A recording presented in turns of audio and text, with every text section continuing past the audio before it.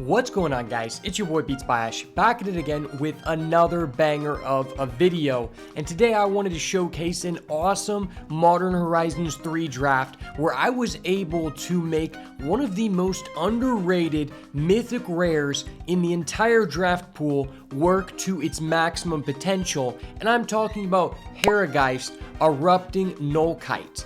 And I was actually able to do this within an even more niche strategy, being the red-black artifacts, which I have heard quite a few people talk about, but in general, I just think it's really difficult to get into this archetype, but when you do, man, is it amazing. So hopefully this can help you guys better understand to know when it is correct to move into the red-black artifact theme within Modern Horizons 3 draft. And I hope you guys enjoy the games, enjoy the draft, and without further ado, let's get into the goo. Alright, welcome back to another Modern Horizons 3 draft on the channel, and in our first pack here, we have a Hergeist Erupting Nullkite, which is a card I have not been able to play with, although it does seem like a decent card. I feel like you kind of need to be playing a low curve deck. Most likely you're going to want to put this in maybe like a black-red strategy, although it can go into any deck. There is also a Rawl and the Implicit Maze, which I would not be opposed to taking here. Typically, the way that I think about my picks in this format right now is the first like 4 picks, I'm just trying to pick the best card in the pack, and then I'll see like what signal is open, right? Okay, pick number 2. There is a Korum, the Undertaker. This card has been pretty decent. Haven't really gotten to play with it, but I've seen other people do it, and when you're in the right colors, it can be pretty good. Once again, we've got another Rawl and Implicit Maze. There's also a Dryad and a Airy Auxiliary, along with a second breaker here. I don't know what I'm most interested in. Maybe Rawl and Implicit Maze. I think maybe the Rawl and Implicit Maze is a little bit better than the Airy Auxiliary, but they're both very, very similar in power level. I guess Airy Auxiliary puts this into a better shell because it's more aggressive, but I think I'd rather stay red. Okay, there is a Thriving Skyclaw, which I'm not too interested in. There is a Tune the Narrative, which has proved to be pretty decent. Invert Polarity, which turns out is just an auto win button if you win the coin flip. That might legitimately just be the best card in this pack. There's also a Jundland, which I don't think I'm interested in at this point in the draft. I think Invert Polarity is probably the best card here, and then maybe next is Tune the Narrative. So I think I'm going to go ahead and take Invert Polarity. We haven't gotten to use it yet, but I've seen a lot of people do good things. Oh, well, there's another Invert Polarity. There's also a second Tune the Narrative. There are some black cards here. Refurbished, Wither, and Bloom. Wow, there's 3 really strong black cards here. Let's just go with the Wither and Bloom and see if black's playable, because red-black seems like it works really well with this card. Ooh, well, there is a Breath Your Last, which is a fine inclusion. There's also a Molten Gatekeeper. I think Breath Your Last is just the better card. There's also a Brain Surge, which I don't really like to pick these up early because I think it's really dependent on what like fetches you end up with and such, but I think I'm down for just another strong black removal spell. Okay, well, there is no black card in this pack. There is a red, black, blue land, which could be pretty tight. There's also a Simulacrum, which is just a good card on its own. Yeah, I think I'm going to take this. People just don't really value these lands very highly. Okay, well, there is a Generator, and we currently have no energy. Not the most interested in that. There is a Sentry, which I think is a little bit better than Kami of the Jealous Thirst. Specifically because it's like we have one way to draw cards, but at the end of the day, this card is way better in a blue-black deck, I think. Yeah, I think I'm just more interested in the Sentry. It's just a solid card. I think it's been better than what people have thought. We ended up getting an 8th pick, Refurbished Familiar, which is kind of nice considering we already have 1 artifact. This is looking to be a pretty decent black star here, which I really haven't had the opportunity to do yet, so that's kind of nice. Ooh, and we get all the black cards back. This is a great time to go black. It's either the Retrofitted or the Lethal Throwdown. Probably the Lethal Throwdown. I think this is just a better card slightly than the Transmogrant. And these tend to go pretty late when people aren't in black. And so I think we're just going to lock this in here. Okay, there is a Drossclaw. It's an okay card. There's also some decent blue cards. This is pretty strong. I don't know that I want to go blue, but I think we're not really giving up a lot, so we'll just pick it up here. Search your library for up to 3 cards. Okay, this is the card that's only good with Sneaky Snacker, which we haven't seen yet. So I think I'll go with another Sentry here. Pretty decent Black Star. Ooh, and there's another Refurbished Familiar and a Grave Yeah, I think I'm more interested in the Refurbished Familiar over the Grave here. Although Grave is a good card in its own right. We definitely are building up the artifact synergies. Oh, what do you look? We actually get a Grave anyway. We get to have our cake and eat it too. You love to see it. Moving on to pack number 2, there is a Charge Bug. There is a Cranial Ram, which seems really strong in this deck. A Etch Slith. A MDFC for black that is okay. There's also another Sentry, which probably wheels. There's also a Writhing Chrysalis, which I don't know that we really want in a deck like this. Like, we could try to splash it, but I think the Cranial Ram is just really strong in our deck. Cranial Ram versus Smelted Charge Bug versus Etch Slith, which has turned out to be pretty strong. I'm not necessarily locked down to red, but I do think this card's really strong, and I think I'd rather prioritize it here just so it doesn't get taken, I guess. I could go with the Writhing Chrysalis, but I think I want to prioritize this. It seems too important to our deck at this moment. Ooh, and there is an Arcbound Condor. That is exactly what we were looking for here. Unfortunately, we already have 4 4-drops, but you know, this does add to our affinity for artifacts, so I think it is well worth. There's also another Charge Bug, so hopefully we get at least 1 Charge Bug back from the wheel out of these first 2 packs. There is a Kappa Cannoneer, which, to be completely honest, I'm very willing to splash this if it comes back to us. This is one of the good cards to splash if you're in a red-black artifact synergy, because it's really strong if you're able to just keep bumping this up and be able to cheat it out for a low cost. But Arcbound Condor seems pretty good, so sign me up. Ooh, there is a Aether Revolt, which we don't necessarily have any energy yet, but it could be decently beneficial. That's a red-blue land. That is a black-green-blue. And then there is a Nadier's Nightblade. I don't know how good that is. Nah, fuck it. I'm taking the blue-red here. This is probably better if we end up getting back that Kappa Cannoneer. Okay, well, there is a 3rd copy of Refurbished Familiar. There's also this, which is decent. And then there's also another Breath Your Last. What is better, Refurbished Familiar or Breath Your Last? Maybe we could wheel this as one of the last cards. There's also a Molten Gatekeeper, but I think this card's just way too strong. Okay, there is a Meteoric Mace, which isn't great, but it is an artifact card. We also have an Eviscerator's Insight, which I wouldn't say is the best fit for this deck, but it does have some synergies, and I think it's just a decent card overall. And then there is the Teamer Landscape, which I just don't think we're interested in by any means, considering we already have a landscape, and I don't know that we want to play blue. Typically in these black-red decks, you don't really want to splash, but Kappa Cannoneer is a really strong card, so I'd be willing to make an exception there. And so let's just go with the Eviscerator's Insight. Ooh, okay, there is a Consuming Corruption, which is a good card if you have enough black sources for it. It's looking like we're probably going to have enough black sources to play this card. This is one of the few times where I actually have enough black sources to justify putting this in the deck, so pretty nice to see here. We now have 3 total pieces of removal, which is pretty on par with where we want to be. There is a black-blue-red land, which is exactly what we want to pick up here if we want to end up taking that Kappa Cannoneer if it comes back. Okay, we could just get this Kami of the Jealous Thirst now. We do now have an Eviscerator's Insight, which will allow us to trigger this, although we don't have any other triggers. Really looking to find that black uncommon, the Marionette Apprentice, if we can. That card is just really, really unfair, to be honest. Fabricate is such a broken mechanic. Okay, so we end up getting the Scurrious Sentry. Not the cards that we really wanted. That's another blue-red land if I want to splash. Well, I don't really see us playing another copy of this, so it's probably not worth it. I guess I just end up taking this blue-red Tri-land in case we want to splash here. Okay, the Kappa Cannoneer ends up coming back. Yeah, I think this is probably going to be worth it in our deck. I mean, we already have 1, 2, 3 ways to provide mana for it, so we only need to play 1 blue source. That's going to be pretty nice. I guess I'll take this for the side deck. I don't know that we'll end up using it, but it's there if we need it. This guy's okay if you need another artifact, if your affinity is just really, really strong.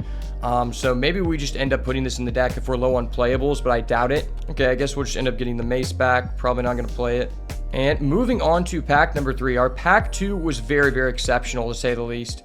Okay, there is another cranial ram, which is probably for us. How many artifacts do we have at this point? We have 8. That seems really, really good. There's also a psychic frog, which I do think is worth splashing. We could try to wheel this card. The issue with this card is it's way better on the first couple turns of the game, and I don't know that we're going to have a high likelihood of finding that source by the time we get to it. And us not getting this cranial ram on the wheel is such a risk that I think I'm just forced to take it here, unfortunately. This card could actually be pretty decent for us since we're looking to attack in the air, so maybe we get that back on the wheel if it's still there. But that's a pretty nice pickup for us. Ooh, there is an Azlask the Swelling Scourge. I am yet to see this card in a pack. This is my first time, so that's kind of cool. I think I'm most interested in this Fel the Profane. This card's just crazy. There's also a Pteramander. I wish those cards were not in the same pack, unfortunately. But I think Fel the Profane is just too good. More often than not, you actually want to be casting this as a spell. Ooh, this is a really strong pack for us. We've got the Stomp, which is just a great card, but there's also a second copy of Arcbound Condor, which surely makes it into our deck. We're a little bit higher costed than I would like, but I don't think we are in a bad position by any means. It's really tough to say whether the Condor or the Stomp is better here.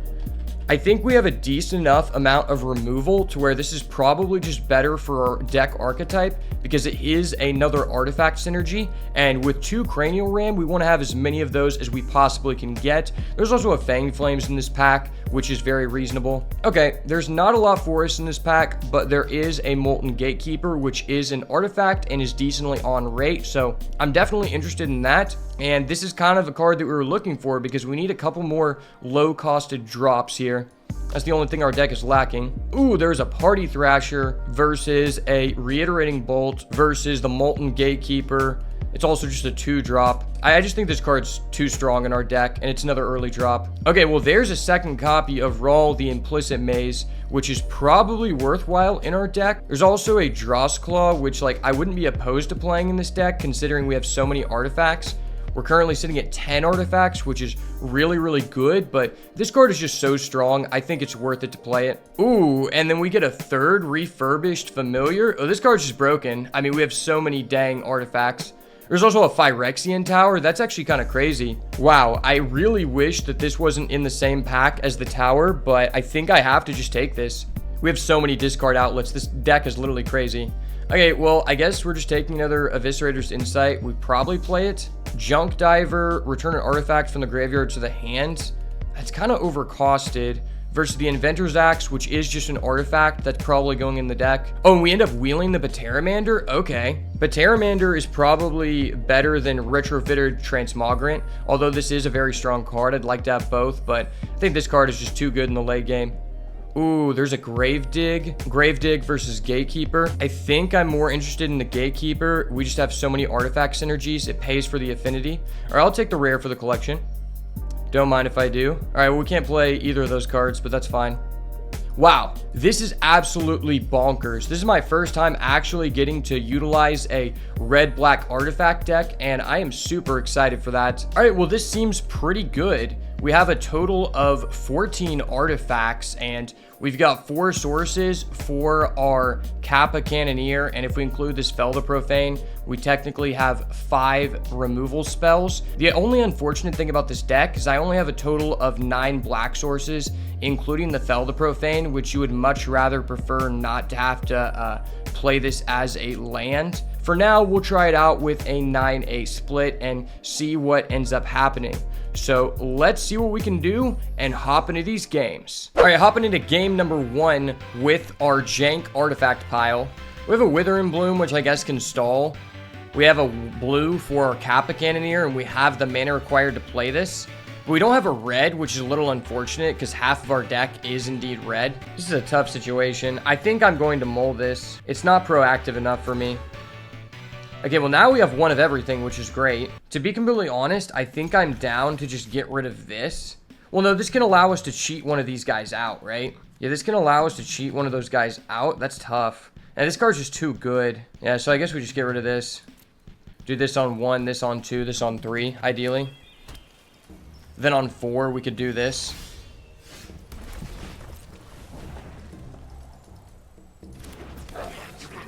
Hopefully don't brick on lands here. We don't have 2 black sources, which is really sus with this hand.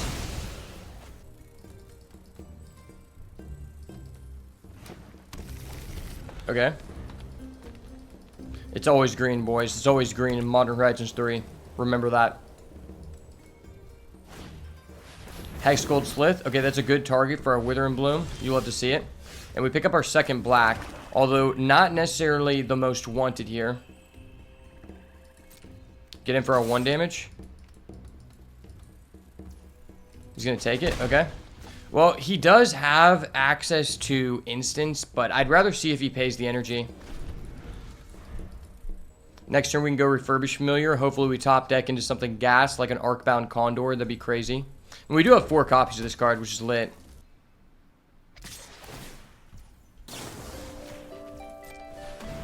Okay, I think I'm down with that.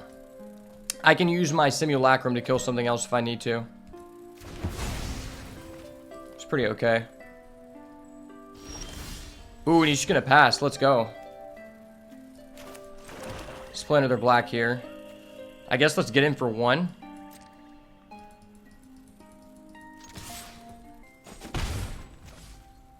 Now, I guess we just play this here because next turn we can go Familiar and Wither and Bloom, which is pretty decent. Putting the counter on Wither and Bloom could be good. He's going to cycle. Wow. I've only ever been able to cycle 1 time. The fact he's able to cycle is crazy. That tells me he's probably not playing blue. I bet he's just playing a green-white deck and has a Writhing Chrysalis. That seems to be the story most of the time. There's not a lot of cards you want to splash in green-white since you're a little bit more aggressive, at least. Most decks in this format are not all the most aggressive. They're more tempo-based, but some decks like green-white have the potential to open very aggressive starts, right? Okay. You're just going to go ahead and get rid of that. I guess I'm down to just go Refurbish Familiar, make him discard, then Wither and Bloom. Go ahead and ping him for 1. Fuck on him with the 1 damage. Probably just don't show him my blue unless absolutely necessary. Alright, what are we doing here, Haas? You got a Galvanic Discharge? Probably just want to hold on to this to see what he has, right? Because I can use my Simulacrum to answer his Watchdog. And I can make the Gatekeeper get the +1/+1 since I don't really care about it dying. Okay, cool. That probably tells me he has multiple removal if that's the case. So let's go ahead and do that and then just get him for 3. I mean, if it dies, I'm not too unhappy. Okay, it doesn't die. Let's go. And then we still have our big removal. We're rolling. Simulacrum removal plus the Breath Your Last. Absolutely peak red-black. Ooh, he's splashing Conduit Goblin. That seems really risky because this card is like a really aggressively slanted card. So the fact you're willing to wait and play all these duels just tells me that you probably didn't build your deck the most optimally, in my opinion. It's really good that I made this a threat because this was already a threat. And that has Unearthed, so I'm willing to let that die. Is he going to buff that up? Okay. Ooh, that's nice. So now I now have 2 forms of big creature removal here.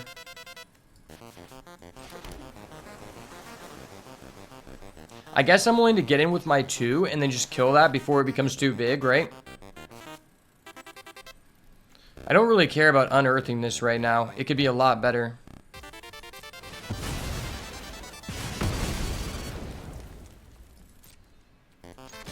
Technically beating him in the race right now. And then this gives us back some amount of life. If we kill the Conduit, we get 2, which is a little bit nice. Ooh, okay. That's a really good card if you have a good target for it. If he just adds a Conduit Goblin off that, that's broke. A 6 could be really good here if he has it. Or no, he can't add 6. You can add Amped Raptor though, that's really strong. Holy shit, that's scary. He's going to start going in with that, okay.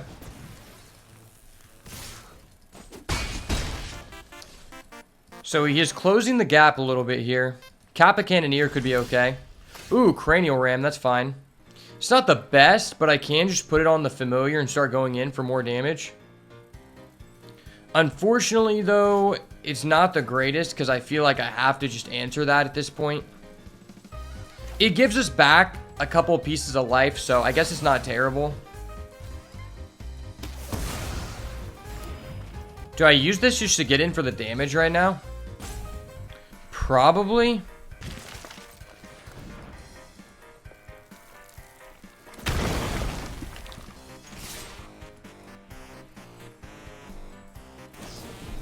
Oh, that sucks. That really sucks. I mean, I guess we just have a piece of removal in a simplified game state. Hopefully he hits something too big with his raptor. Another white, okay. No hit, no hit. No, he hit a death touch guy that blocks for him. Arcbound Condor, Arcbound Condor. That is not Arcbound Condor. You bastard. That is an instant, so I can just hold it. I'll just put my cranial ram out.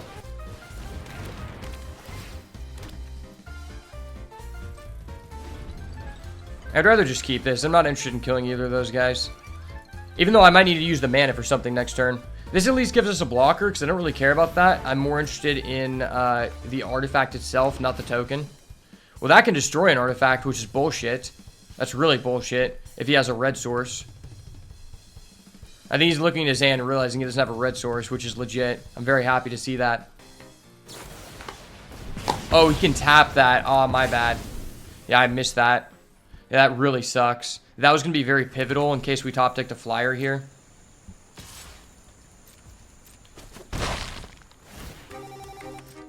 This is going to be a really bad situation for us. But I do know our roll and implicit mazes are really insane in this spot. So roll and implicit maze off the top. We got 2 of them. Alright, that's not what I needed there.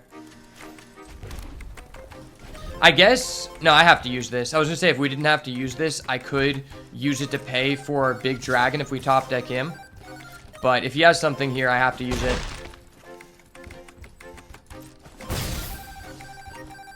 And he played down that, so that tells me he probably has a big drop. Ooh, rolling implicit maze is crazy here. Yes, sir, Ski Brother, talk about it. What we doing here, baby? What we doing here? Nice, thank you, sir. Thank you. I appreciate you, my man. Yeah. Roll and implicit maze to the rescue, baby. Let's go. Let's work, son. A lot of good top decks here. Sure. This answers that. If I draw a dead card, I just discard it with rolls. Please don't be a broken card. Okay, it's a card I can discard. Thank you. Thank you.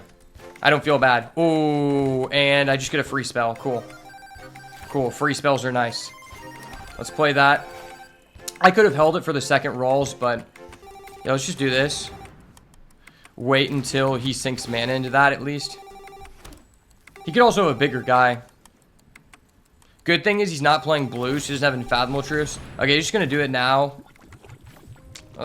I mean, there's he's playing white. He could have something that makes him hexproof or something like that, right? So I guess I just do this. I've got another turn guaranteed anyway. If we just trade 1 for 1, I'm pretty happy about that. Ooh, that's scary. He's gonna kill my roll and implicit maze. Get rid of my Spellgorger Weird token, I guess. If he does, he's gonna make a big mistake, because I'm gonna top deck a Arcbound Condor here, and we're gonna be lit. Arcbound Condor to the rescue. I believe. Oh my gosh, it's the Hellkite. Let's go. This is so crazy. Holy shit, that's crazy. Yes, sir. This is my first time playing this card. Alex on my hand. Okay, draw 3. Nice. We get a grave dig. Let's go. Thank you, my man. Thank you, my man. I fucking knew it. Oh. I knew this card would be good. For all the wrong reasons. It was just insane there for no reason. Okay, well, this drains for 4, which is great. And then we have the grave dig. Grave dig gets back refurbished. Discards his last card, which is vile. Okay. Well, this completely just answers that. Oh, that's another roll implicit maze. That's so dirty. That's so dirty. So how much mana do I have? I have 9, so I play this for 4. Get back the other guy. I think I'm down with that. Add back that dude, because that dude's tough. And then we're going to get our artifact. We're gonna have an affinity of 1. Oh yeah, this has a merge. I forgot about that. I can emerge. That's cool. I mean, there's no reason to emerge, right?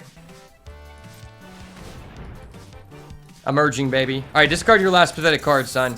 You don't have an out to this. Trust, you don't. Yeah, you don't have an out. Let's go. All right, we're putting on the Hellkite. Let's work, baby. Let's go. Hellkite, it's Nullkite. I keep thinking of that card from Eldraine, the Hellkite.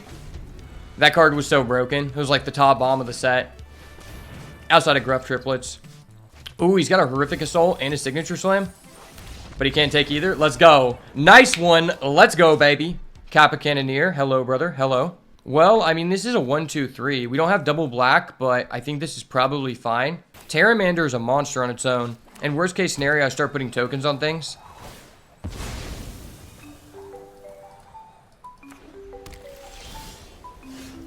That does not find a black. It finds a red, but that's okay.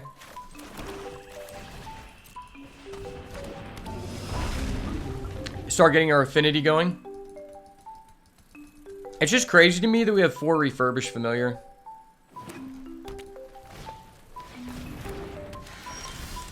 Okay, well, we get another black, which is great. And I don't really want him to have that. I kind of just want to remove that because it allows him to ramp out something. This guy's deck's really weird because he has, like, ramp, but then he also just has really aggressive stuff, like Watchdog, and also the Conduit Goblin. It's like, this deck makes no sense. Like, what are you doing, bro? I guess this can find a blue for Cannoneer.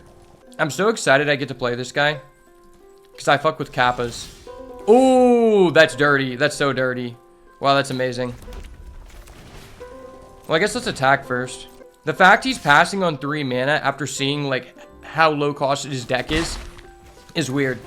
Because it's not like he's playing blue. He doesn't have access to Aether Spike. So what is the point of holding up mana? I guess he can cycle, maybe? Is he actually cycling again? Oh, he's not. He just passed with 3 mana. Okay, well, I think he's just cucked because he's passed with 3 mana open against a pretty aggressive start. Like, I don't know how you can come back after that. He's going to have, like, a lot of reach. Okay. Arcbound Condor time, baby. Believe in the Condor. See, the national bird may be the bald eagle, but in my heart, it is the Arcbound Condor. As a black OG, you know? All right, let me get some more artifacts here. Ooh, that's kind of hot. That's actually really hot. Let's go. Kaka! Believe in the Condor, baby. So next turn, I could play a 4-mana Kappa. If he kills one of them, I'm playing a 5-mana Kappa with the potential to bring this back to give him +1/+1 and can't be blocked. Okay. Well, I literally have loads of removal. That's fine. The Kappa is coming down, boys. The Kappa. No cap. No cap.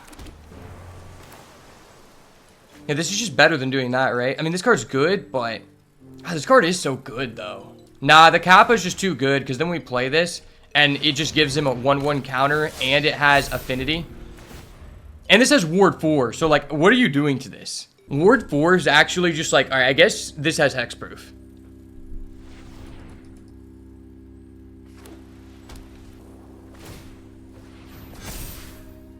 Okay.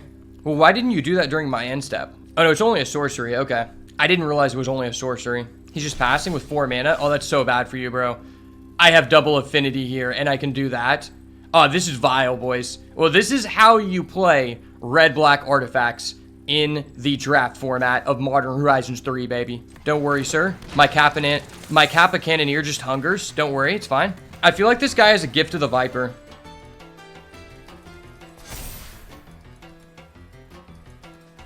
I really feel like he has a Gift of the Viper. Ooh, he's getting rid of a Thraben Charm? Yeah, I think he does have a Gift of the Viper. Play this for 1 black, because that's just broken.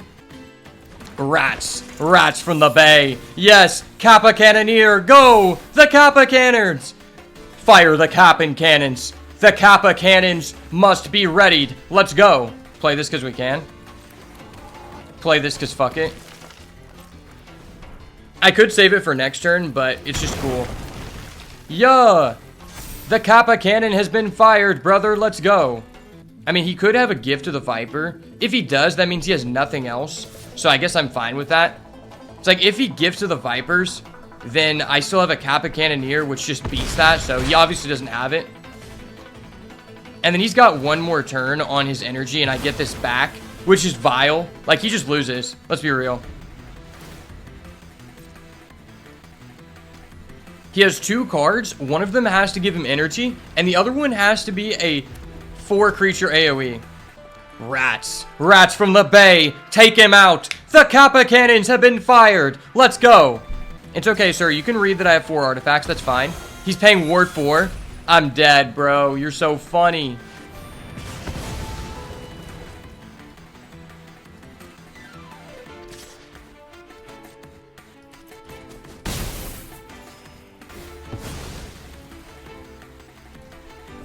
Okay.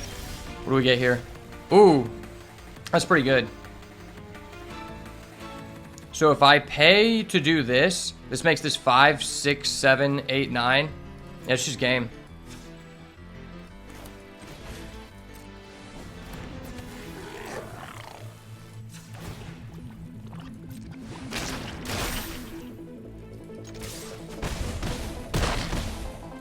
GG, sir.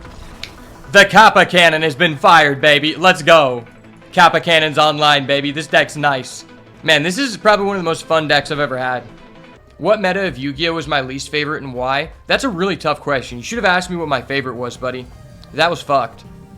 I mean, there's so many bad Yu-Gi-Oh metas.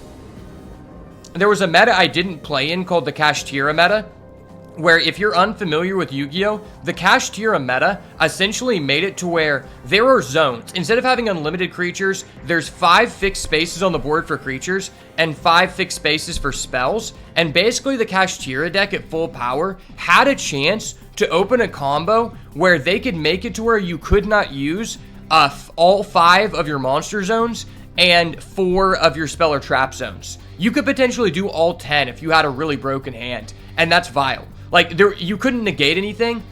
You just literally could not play any cards for the rest of the game. Is this good enough? If we draw another land, the hand's insane, but I don't know that we can. We can do this 1 into 2. I mean, I feel like if I don't draw a 3rd land, I'm going to be really sad. Well, this is another hand where if I don't draw a 3rd land, I'm cucked.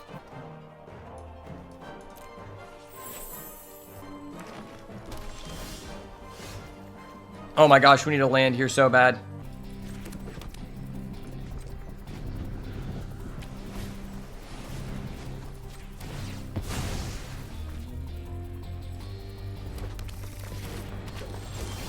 That's not a land. That's really scary.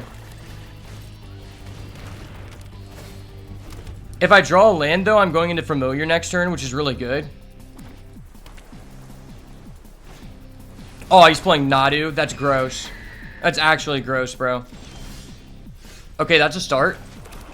I can work with that. I can work with that indeed. I guess this is probably better, because if I draw another land, I can do that and that next turn.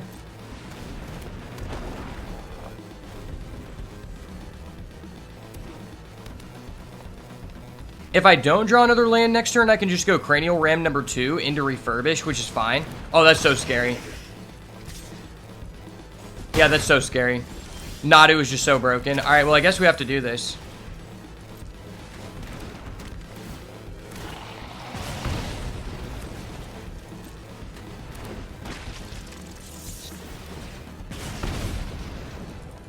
Alright, what are you getting rid of, buddy? Don't worry, you'll get to draw a lot more cards because you have a Nadu, which is just an unfair card. Get rid of a Ravager. Oh, that's broke. I guess I've got Defenders on the ground at least. Next turn, I could, like, rearrange these to put them on my flyer. At least try to, like, block his Nadu. If we get another Mana Source here, though, we're actually cooking.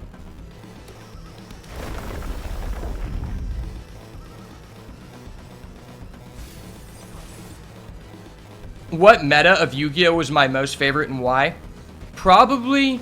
There's 2 metas that I really hold highly. Number 1, the 2012, like, Dino Rabbit Inzektor wind-up format was really fun because that's, like, the main format I started to actually afford a competitive deck when I was, like, 12. And then in 2015, whenever there was Necros, Burning Abyss, Satellar Knight, and Shaddoll, because that was the format that I had the most success with. That was when I got my first regional top, and I started doing really, really good on the competitive scene. And like I own all of the decks in Yu-Gi-Oh from 2012 till the end of 2015, so it really means a lot to me. I mean, he has one card in hand, so I can just guarantee that it's gone. That's probably worth it enough to do this. So he just adds back a card, discards a card.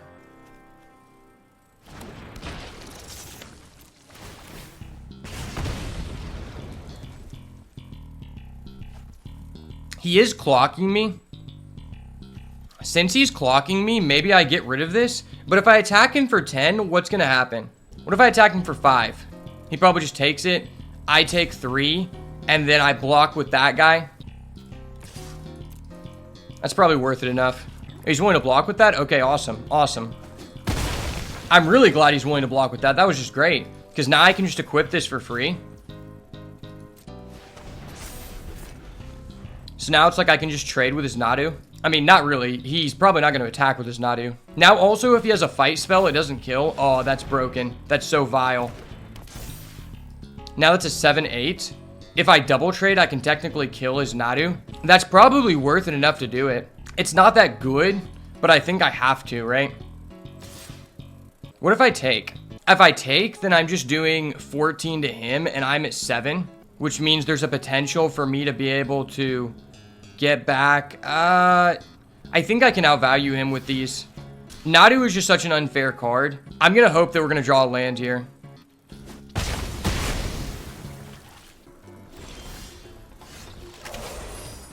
Well, that's really bad. Give me a land, give me a land.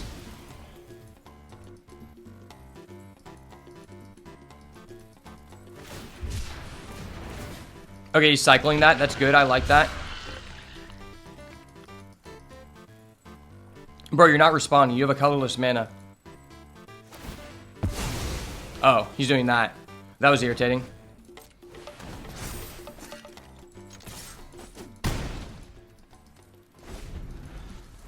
I guess if I get another land here, I'm back in the game, because then I can trade with his Ravager. Oh, he's playing that. That's scary. I need a flyer. I need to draw a land here. Let me get a land, please. Papa needs a land. Bro, I've been dead drawing with no lands. Are you kidding me? Let me make a real play, sir. This is not fair.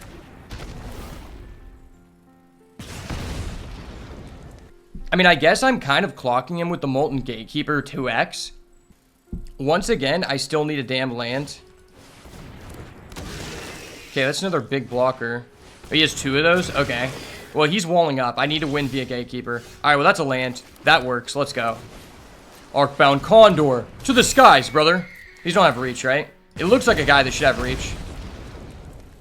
He currently has no one with reach, so that's good.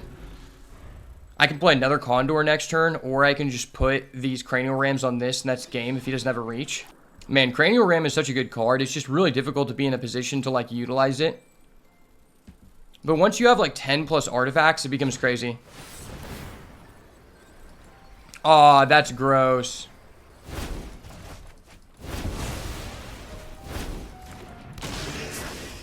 Alright, well, you can't afford to do his Eldrazi guy, which is really good. Unless he has a land here, then I might die. He doesn't have it. He doesn't have it. Let's go.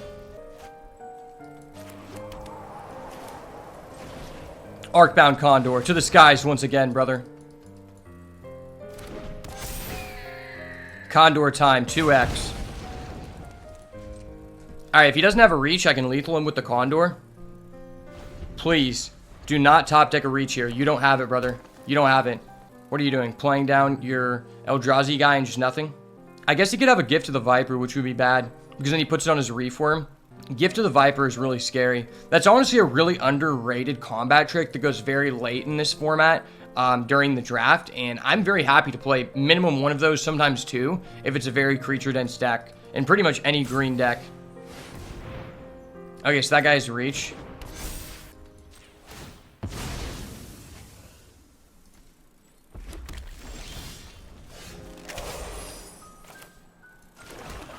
I can emerge here. Emerging is a lie. Do I want to emerge, though? I only have 2 red, so I can't play that.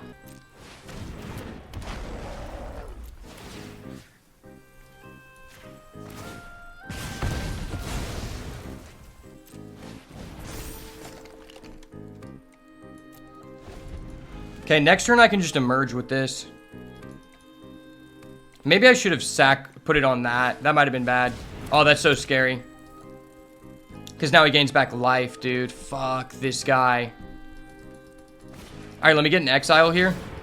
If I exile his enchantment, he's cooked. Oh, that's 6. It's not 7, so it doesn't help him. That's good. It's not another red source, though. It's probably just this guy. But that is 2 damage I'm missing out on. Condor is just so good, though.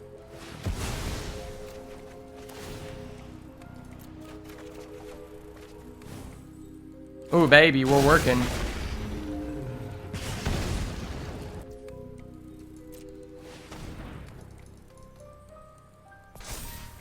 Alright, well, I currently have lethal on board. He doesn't have lethal. And I have a breath your last. That's just GG. He'd have to have a 2 for 1 here, which I don't think is real. Okay. You draw 3 cards. Does that give you an AoE? That doesn't give you an AoE. Let's be real here. Okay.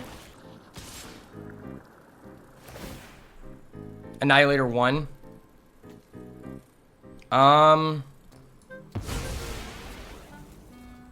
need this flyer. I need to top deck something. We need something juicy here. Something really juicy.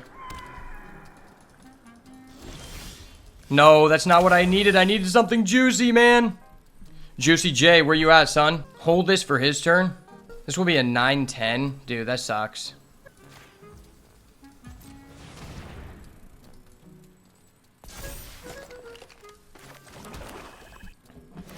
Okay.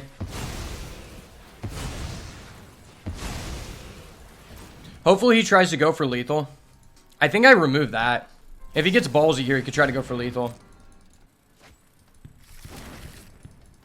It's better he has this than the Path of Annihilation, because that gives him life back, where this just gives him cards that probably don't answer my board.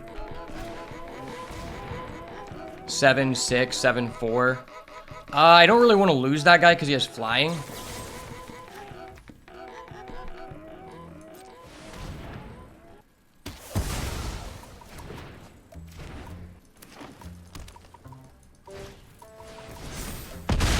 Bro, what? Why does he have another one of those?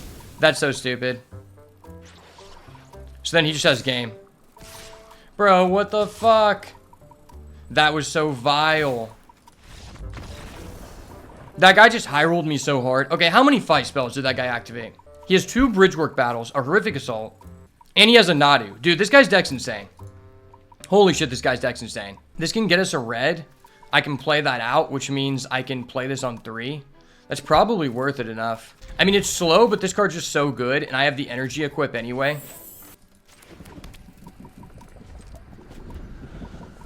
Alright, don't start with your mana dork, sir.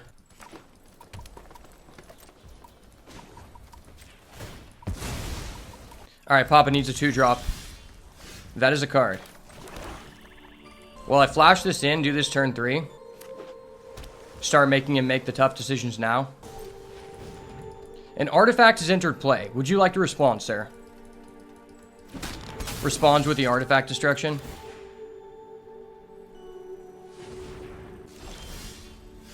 That's nice. That's really nice.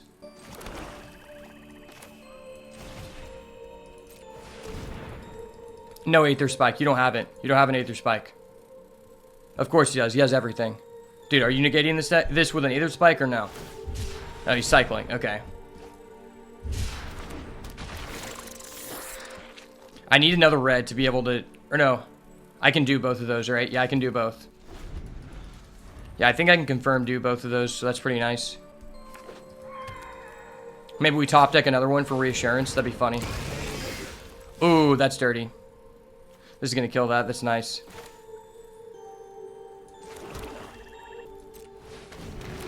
I'm ramming him in the cranium. Affinity! Affinity to the rescue, brother. You're about to breath your last, buddy. These affinities are adding up.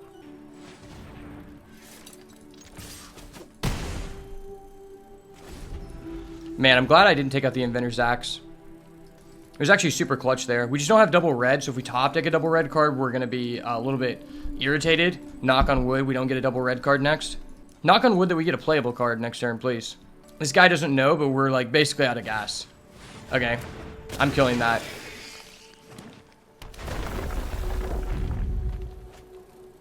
Okay, that was broken. Sir, what are you doing? That was broken as fuck. That is a playable card indeed. I mean, I just need to answer that immediately, right? He responds with his stupid Eldrazi guy. Oh, he doesn't. Okay. Do I reposition this onto that?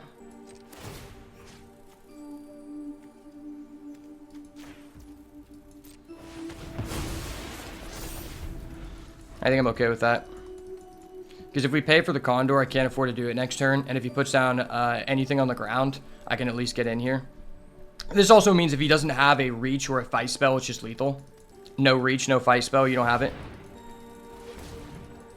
He has a fight spell. He's got the bridges. He's going to play the Repurposer and then go bridges.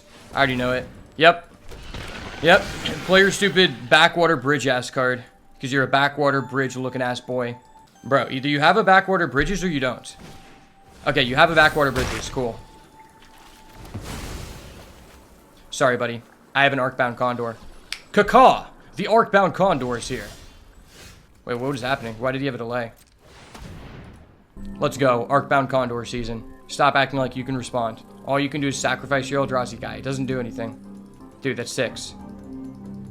What are we doing here? Wait, he actually put that card in? Are you kidding me? Dude, what? Why does he have this piece of garbage? Are you kidding me?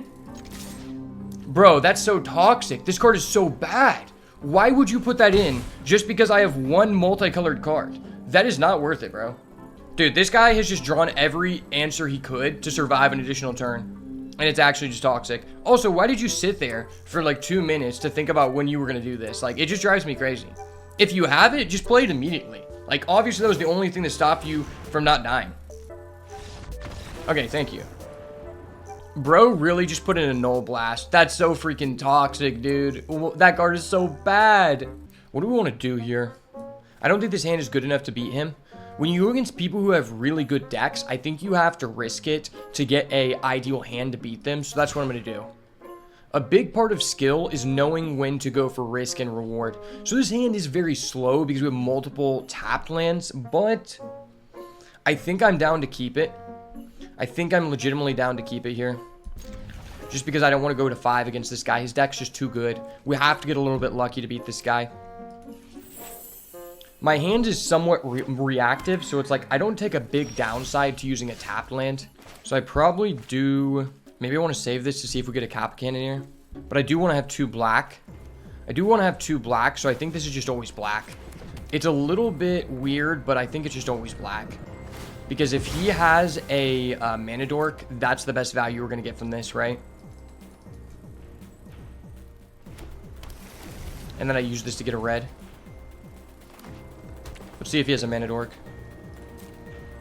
He does not have a Mana Dork. I guess I'm willing to go get a black still. We don't have a double red for this, but we have several turns to find it. Okay, we get a red. Sweet. That is goated indeed. Indeed, goated, sir.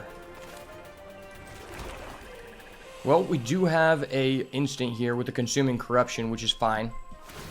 It currently can't remove his 1/3 Snapjaw, but it's not terrible. If we get to turn 5, maybe this kills his Eldrazi's. Oh, that sucks. Yeah, that's really broken. That really sucks. Okay, well, we have 2 red online. This isn't terrible. I'm going to drop down the Gatekeeper. Unfortunately, this card is very unfair. And I mean this with the most sincerity. The worst Eldrazi decks to go against are the ones that have premium rare creatures alongside a lot of removal spells, which is exactly what this guy has. I honestly think that's more difficult to beat than a person who just has like a aggressive red-green deck and has a 1 Writhing Chrysalis. Because this is just really hard to stop. Like, he's now snowballing out of control. And I don't think there's much we can do here, really. I mean, I guess I just play this out because, well, no. If I can't get a swamp with that. Yeah, so I have to play this out here. And then I really have to use this to answer his Nadu. So I have to hope we draw another swamp here. If he puts out a bunch of tokens, I guess I can roll an Implicit Maze, but that's very unlikely.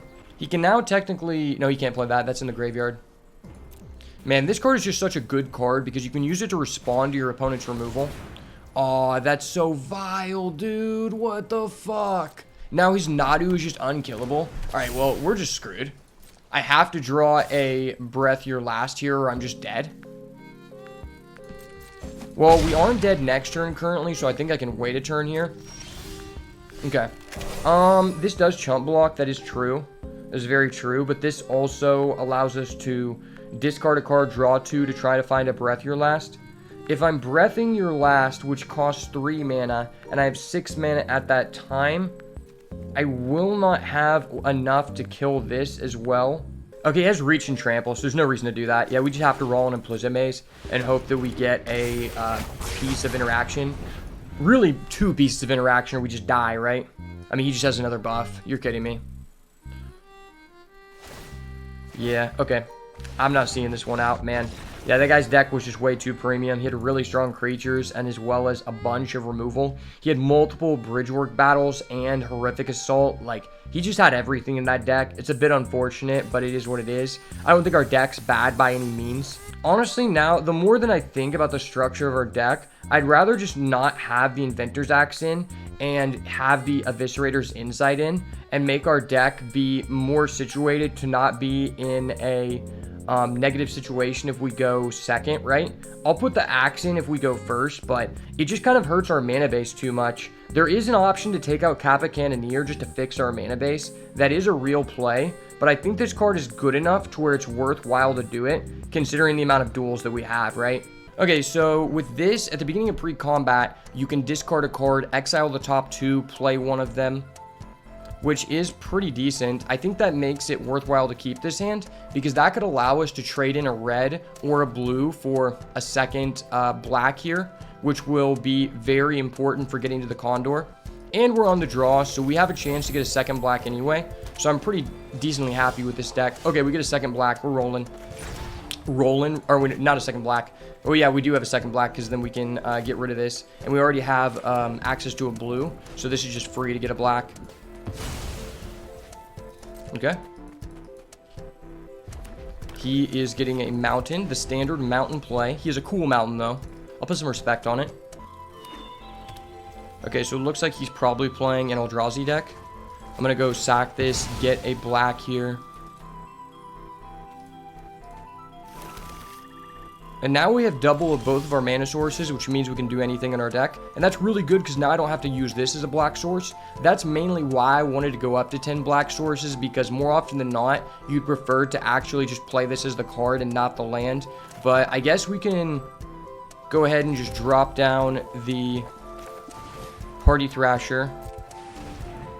Now, I'm not going to use the effect this turn because obviously I have no mana. That's just bad.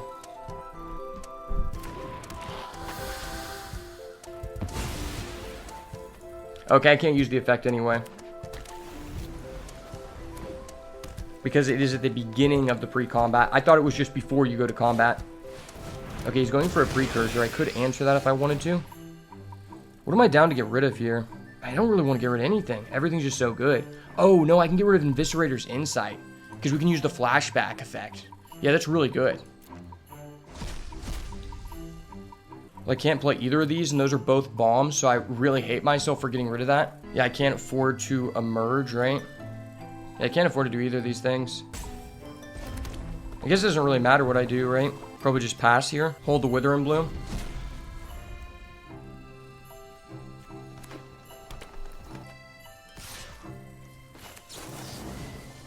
I've got another removal here, so I think this is fine. He doesn't have a sack land to respond with, so play something else. I can just go Fell. If it's not good enough, I just go Arcbound Condor. Glimpse, okay. Sweet, I can go Arcbound Condor here.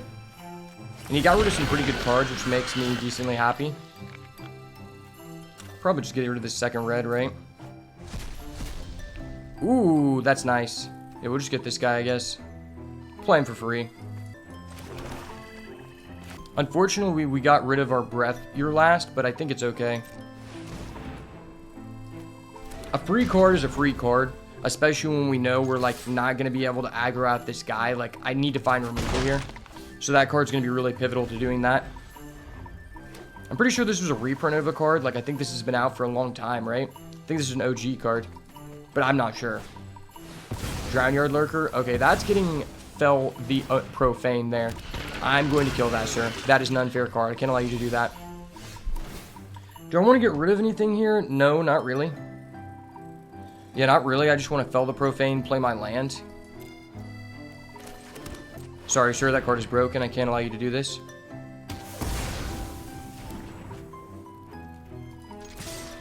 Get in for my 3. Sweet. I'm out of removal. How many removals do I have left in my deck? I have a Lethal Throwdown, Consuming Corruption. You can add something back here. Okay, that's scary. Terramander. How good is that? I don't think that's really that good. I can't play both of these this turn, though. I think I don't want to get rid of anything. I think Arcbound Condor is just too good, right? This card's also really good since we're building up artifacts. Probably just wait to discard this next turn. I don't really want to do it here. I want to wait till he gets like something good on the board. So I'm going to decline. Arcbound Condor time, baby. Believe in the Condor. Let's go. See, this card's really good, but I'm not running out of gas. If we draw a black next turn, it's huge, though, because that means we can distribute a total of 3 -1/1 counters, which just clears this guy because Arcbound Condor just be that guy. He's literally Himothy. He's going for a second impulse. Okay. Well, he's got 5. He can't play either of those currently, which is good for me. He's getting rid of like a bunch of good top-end cards and this card, which is really good against our deck randomly. Oh, shit, he's going Cursed Mirror on our Arcbound Condor. Are you kidding me? That's busted. Oh, I don't really want to get rid of this because we just killed that for free.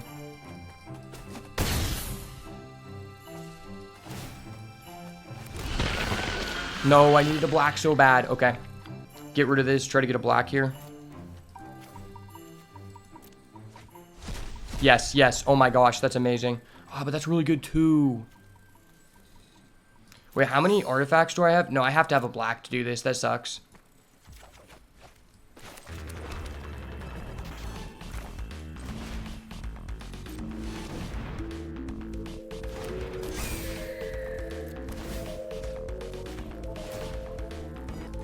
Now we can just play the Terramander. Trigger twice, kill that guy.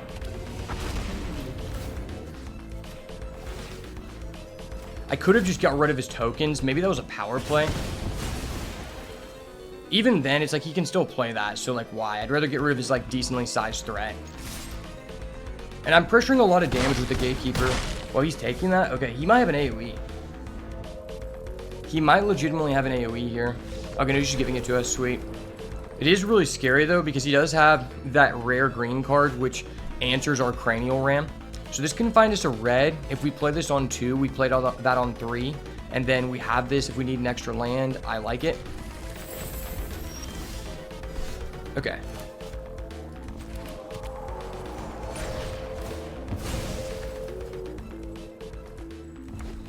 Go ahead, sir. Cranial Ram on 2. Please don't have that broken green card that answers it.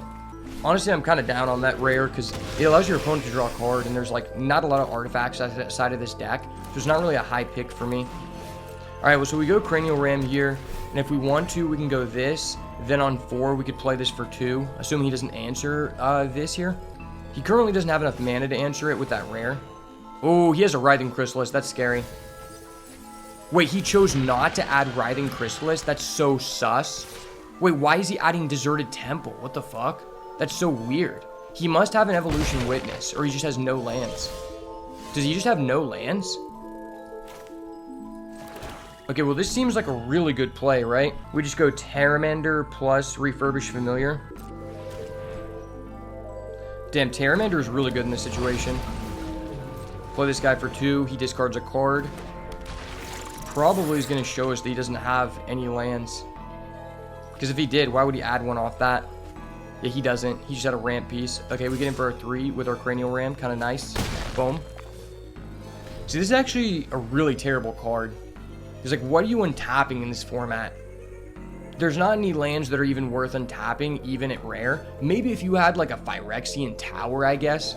But you're not even in black, so like, I wish we could have taken that Phyrexian Tower because it would actually been kind of good in this deck.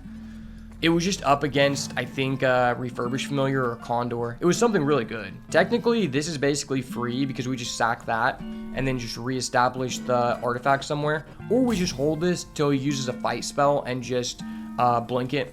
Either way, we're getting really close to this, right? Because this costs 7, but it costs each other artifact, so we have 2, so it costs 5. Okay, so we're 2 turns away at this point. Because this is a land, if I need to, I'd prefer not to do that. Because, like, I need to answer his big threats, but he might be just kind of short on lands here.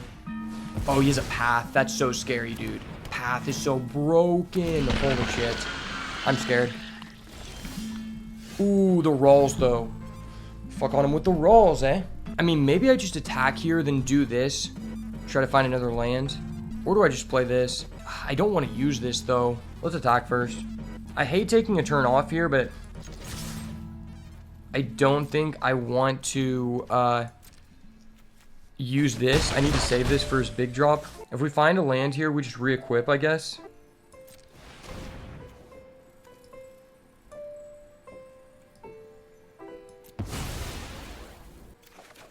Okay, that's perfect. Perfect. Just go ahead and equip this. What would I rather have die here? I guess this. Because that guy, like, I could eventually get late game value out of him. So now I have enough mana to actually use this, so I'm kind of glad that I went for that line there. It set us back on tempo, but it gives us reassurance. Like, regardless, if we get enough mana, we're going to be able to go with the kite. Oh, that's so vile. Sheesh, man. If he can sack that, that's gross. Can he sack it? Wait, also, why do you have this in your deck? Your deck is not aggro-oriented. That's weird. Dude, you're kind of a weirdo for that. He doesn't even have a sack. Dude, what is this guy doing? Okay, and he can't even afford to adapt? No, he can, because he can tap. That's true, he can't afford to tap there. So I'm always playing this. Am I doing this right now? It gets rid of his token, which is worth 2 mana to him. That's kind of worth just to get this out. So the next turn we can start doing the thing. Versus just playing that. Yeah, I think I like this more. I mean, I could just play, kill, play that. But, yeah, I mean, I've got removal for days. I'm down to just discard this. Okay, so he's going to give it to us. Let's go. Yeah, we were probably going to cook that guy. Because we could just discard the Molten guy and unearth him next turn for the draw 2. That was an awesome run. Really glad I got to showcase the power of red-black in Modern Horizons 3 draft when it is actually offered to you. Unfortunately, we didn't end up going 3-0, but it was a very, very close game to the one that we actually lost, and I think I was still able to showcase a good running of this deck and how successful it can actually be. So we're going to do a quick little review of the deck. So we ended up with 2 Cranial Ram, which seems very, very important in this strategy, and as well the cornerstone of this deck, 4 Refurbished Familiar. This card is absolutely amazing for tempo and combines very, very well with the Arcbound Condor. I also actually got to use the Erupting Null Kite for the first time ever, and I think this might just be the best home for this card. You could argue that maybe its best home is a very aggressive red-green deck, but I think getting into that archetype is a lot more difficult than getting into this one, and that surely happens way less frequently. And especially, it's just like, typically with this deck, if you're doing what you are attempting to accomplish with your win con, you're most likely not going to have to discard anything at all, if even 1 card. And then we also had the Kappa Cannoneer, for which the match that we actually got to summon it was absolutely amazing. The fact that you have so many artifacts already, if you can just pick up a couple of lands, I think 3 is the perfect amount to justify playing this. It's essentially free, and it's just a late game bomb that gives you a lot of reach in your deck. And the way I look at Ward 4 in this format is if your opponent actually has enough mana to kill this and use the ward 4, then they most likely were already winning that game, or they're just taking their entire turn to do that, and you probably just overcome them with how much tempo and stuff you have on the board. Another good card in this deck is the Pteramander. This card is really strong because it gives you a guy that then is benefited by affinity, as well as counting as affinity for cards like your Refurbished Familiar. And so that's just really, really nice in the deck, especially with like the Cranial Ram, because you want as many good value cheap guys as possible to, you know, make this card better, make this card better, make this card better. And also, I think this guy is just basically a more premium version of the Simulacrum. Number one, because it has flying, so it's ultimately not only giving you a 1 mana affinity piece, it's also giving you a good target to transfer over your Cranial Ram to, which it seems to me that in most matchups, with how many tokens are generated, more often than not, the way you're winning the game with this deck is probably just going in the air. So the flyers are really, really important in order to like make good use of this card. But on top of that, it is a black card, not a red card. And I think when you're playing a heavy artifact deck like this, unless you got a really premium mana base and you have a decent amount of MDFCs, you would much rather prefer to be way more black dominant than red, specifically because a lot of the good cards in black either are double pipped or they get even better for you being, 10 black sources or higher, such as like the Consuming Corruption. I think that's a really important aspect of the deck, and so it was a little bit sus that we had the Raw and Implicit Maze, and that's why in the end I ended up taking out this card right here, the Inventor's Axe, not only because we don't have as many early game creatures, but just because I would rather go down to 7 total red sources to have minimum 10 black, just because the vast amount of good black cards we have do possess 2 pips for black. And I think it's really important to curve out in this deck, more important than most others, because there's not a lot of ways to ramp. And if you're not getting your drops to fill up your affinity, then it's almost like you're not getting something like a Repurposer and Eldrazi, and you're not able to play your, big game enders on the turn you would like to. Also, Raw and Implicit Maze just continues to impress me, each and every time I use it, because you would think this card is only good versus aggro, but the reality is it's insane versus aggro, like most prevalent in the red-white matchup, just a blowout, but also versus the Eldrazi deck. At worst, you cause your opponent to sacrifice all of their tokens, and in best case scenario, you catch them with their pants down when they have some of their 2 health or less adapt creatures in addition to their tokens. Maybe they don't have a green source to be able to use the adapt, and so sacrificing the tokens does nothing, or you just force them into buffing up the Writhing Chrysalis so that then you can use a single target removal on it. And this deck is really well positioned to be someone who's just has a mid-ass Eldrazi deck, but has Writhing Chrysalis and is relying on it to win the game, because black is the color that basically has the most reliable removal, and that's very important against the premium Eldrazi deck, so that is another advantage to it. Honestly, this card is hit or miss. I think we don't have the most optimal deck for it. In order to get the most value out of this card, you would prefer to have some more lower end creatures, which we didn't end up with as many as I would have liked. But ultimately, one of the most important things that you want with black is the Marionette Apprentice, which we did not get any copies of. And once you have that, it turns on a whole class of black cards like the Eviscerator's Insight, as well as the Gravedigg. It just makes like all your other like side engines a lot stronger. And then Party Thrasher was okay. I don't even know if I would say this is like worth an early pick on, but it can allow you to hit an artifact, and then if it's something like Cranial Ram that's not a creature but it gives you a creature, then you could get it for a cost reduction. Now obviously the Cranial Ram isn't probably the most ideal with that, and this card does take up like a point in your curve where you're not playing an artifact, but I do think it's worth it depending on the deck. Like our deck, it's pretty good because it can find us like our removal package, it can find us our rolls, which could be pretty fine. But if you're mostly artifact slash creature, it can be not worth it. And that's why I think this card is not a automatic first pick by any means. Lethal Throwdown was just good. This guy was just solid. I think he's probably one of the like first cuts though.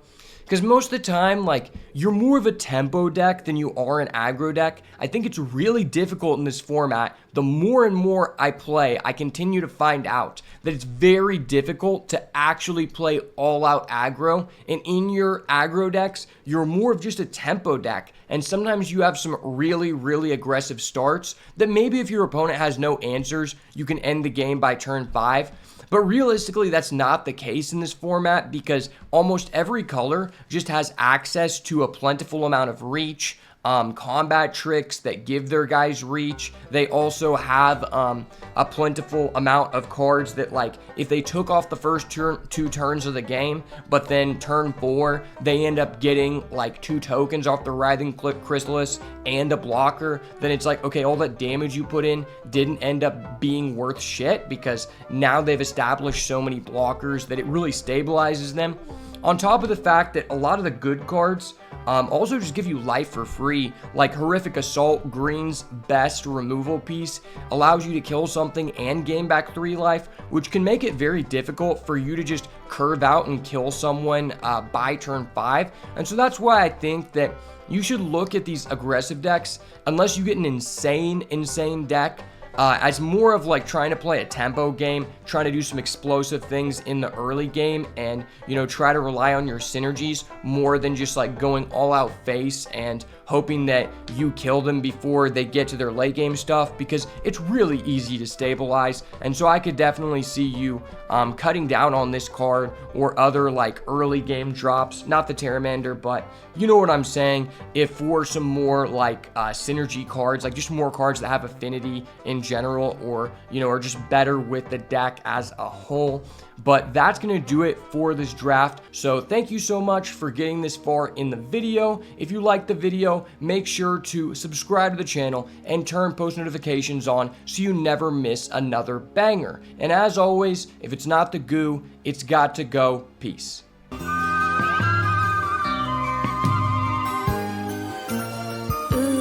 is that indigo?